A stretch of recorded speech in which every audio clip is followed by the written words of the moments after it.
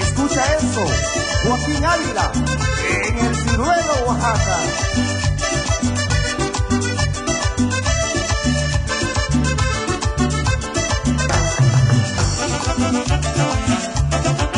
Y cómo goza la familia Águila.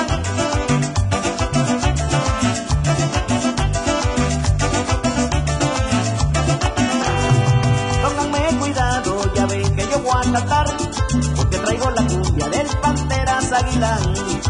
Pónganme cuidado, ya ven que yo voy a cantar, porque traigo la cumbia del Panteras Aguilán. Porque Neri preguntaba por qué nombre triunfaría, pero se le decía que los nombres no se ponían. Porque Neri preguntaba qué nombre triunfaría, pero se le decía que los nombres no se ponían.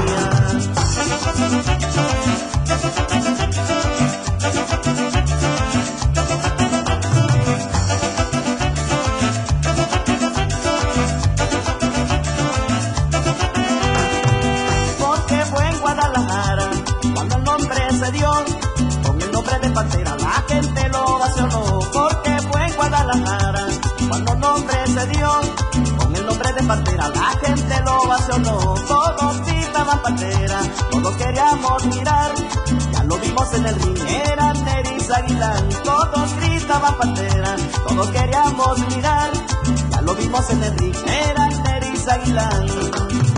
Y arriba, y arriba, y arriba, Pantera arriba, y arriba, y arriba, y arriba, Pantera arriba, y arriba, y arriba, Panteras Aguilán.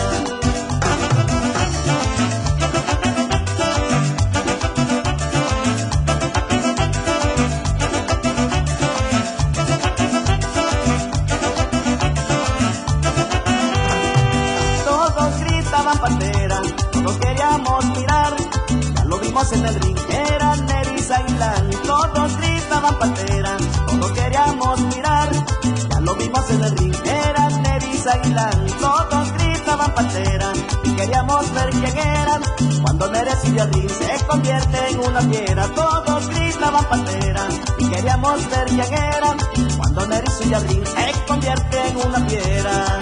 Y así le dicen al gran campeón, y en el Ciruelo es el mejor. Y así le dicen al gran campeón, y en el distrito es el mejor.